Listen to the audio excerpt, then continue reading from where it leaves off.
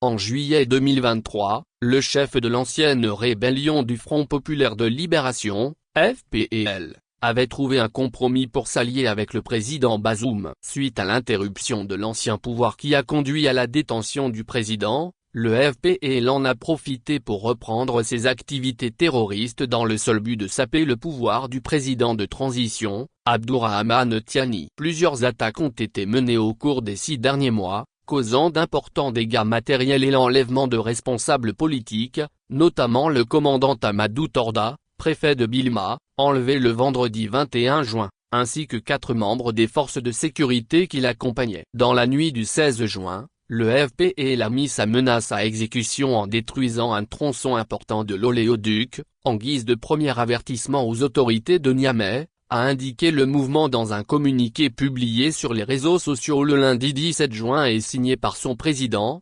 Mahamoussa. L'objectif de la destruction de ce pipeline est d'effondrer l'économie du pays et d'appeler ensuite la population à la désobéissance aux civils. Certaines sources militaires citent la France comme principal instigateur des revendications du Front populaire de libération. Un fonctionnaire de l'Assemblée nationale, sous couvert d'anonymat, estime que les autorités de Paris veulent envenimer le climat socio-politique à Niamey afin de fragiliser la gouvernance du président de la transition, Abdourahmane Tiani. Ces derniers mois, les autorités de Niamey ont soupçonné la France de vouloir déstabiliser le pays en installant des bases militaires secrètes au Bénin. Au Burkina Faso, lors d'une rencontre avec les forces vives le 11 juillet 2024, le président de la transition, Ibrahim Traoré, a déclaré: « On ne va pas nous dire qu'il n'y a pas de base française au Bénin dirigée contre le Niger. Nous avons des preuves tangibles, 2 grandes bases militaires que nul ne peut contester. Nous n'avons rien contre le peuple béninois, mais nous avons un problème avec ceux qui dirigent ce pays,